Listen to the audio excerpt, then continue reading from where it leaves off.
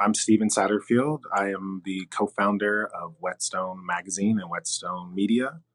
And today I'm here with my dear friends, Black culinary food scholar, historian Therese Nelson, and Osai Indlin, author, award-winning writer and journalist. And so the first question that I wanted to pose to each of you is through this paradigm of health, and to ask you if there has been any facet of this public and global health crisis that has made you reconsider the role of health in your own lives. I don't know if Osai wants to go first, but this moment has been nothing but reevaluation for me. Um, I think at the top of the year, I had this. I think everybody kind of top of year in the industry, we all sort of think about what your year is going to be. First quarter is always a little slower, and I had all these imaginations about what the middle of the year was going to be. Um, and my own health, I was so neglectful of myself, of my health, of my how I was feeding myself. It was so insane, and it had been. I mean, I've been in the industry 20 years. Working as a chef, your first responsibility is to other people, to your clients, to um, that front facing work, and to be in a moment where I was at home having to consider feeding myself in ways that weirdly for the last decade have just never um, was so impactful. I don't know that I really was naming it as neglect, but it's absolutely what it was. And it's been so interesting to sort of sit with myself and sort of contend with the necessity of really caring for yourself. It's been so interesting. I agree. It's been a lot of, reflection and reconsideration. And I think just um, sort of an intentional shift around the practices that we have around food. I feel like, prior to the pandemic, I was moving around very fast and it was a lot of travel and like I was up and down in different time zones. I'm just always on the screen, and I had good practices before, but it was hard to normalize them around an always a very structured, unstructured schedule. And what emerged in the last few months, is that, we're really leaning into our routines, whatever they are, right? And kind of confronting, oh, actually, this is my habit. I didn't think this was my habit, but in fact, this is my habit. So, I was cooking a lot in the beginning. I think cooking became more of a taxing activity after Memorial, Day weekend and George Floyd. And, it was almost just like if someone could just bring food to me, I could probably eat it. But like conceiving of putting things together it was difficult. I had a lot of like single ingredient plates in June and July, I feel like.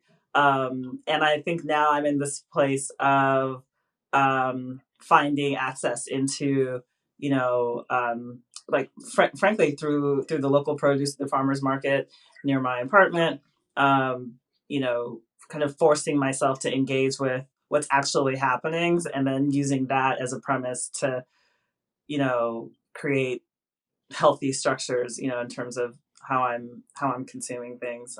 But I feel like it's been a long life these past few months.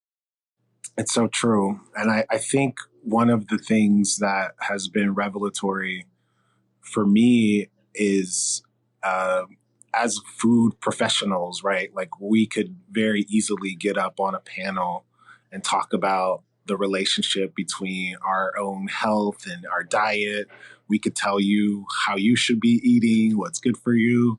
And yet, when it comes to our own lives and practices, like it really forced us for it to reconsider the hard truths in our own lives, which you both alluded to, and especially from the point of view um, of Black health in particular, right? Because we saw at the onset of the pandemic, um, unsurprisingly, a disproportionate volume of death in Black communities, which was tied to health disparities leading into this.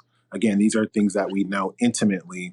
How are you all caring for the Black people and your families and communities?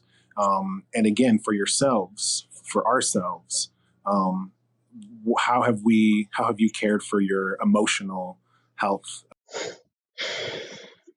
You come with all of the loaded questions here. It's crazy. Okay, so I'll start. I guess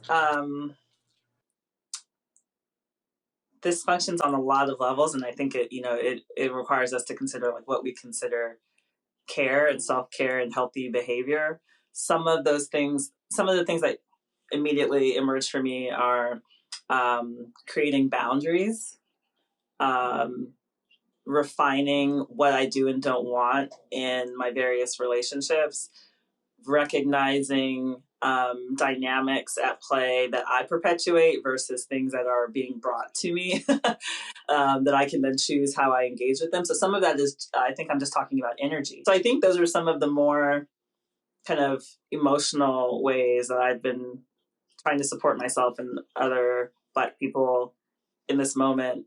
So it's not directly related to what we're consuming in terms of food, but I think it is part of the cycle of if you're being conscious about what is in your space, then it's an extension of that to be conscious about what you're putting in your body, what you're stacking up in your fridge and pantry, and yeah. I mean, honestly, for me, I have been really struggling is the wrong word, but maybe contending with my relationship with healthcare professionals.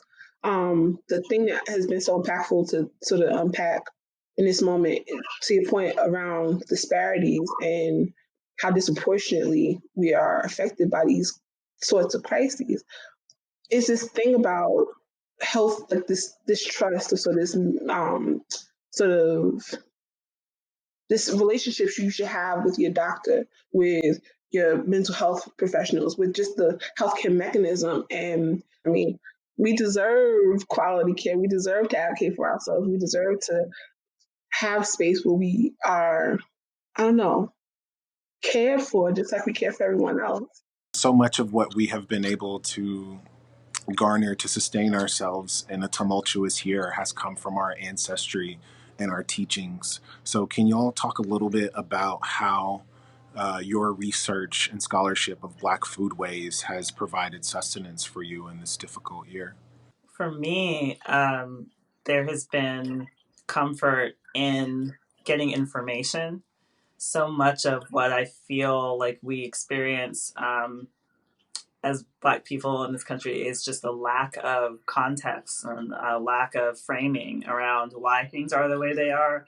And when you start to understand, um, you know, all the different elements that came into play into the many ways Black people have defined their lives in this country, or been forced to adapt to circumstances that were placed upon them, it really starts to kind of minimize the it starts to, I think, shift the power, the dynamic in one's idea of themselves and their history, and that we are really a miraculous people is what you kind of come away with. That's what I come away with.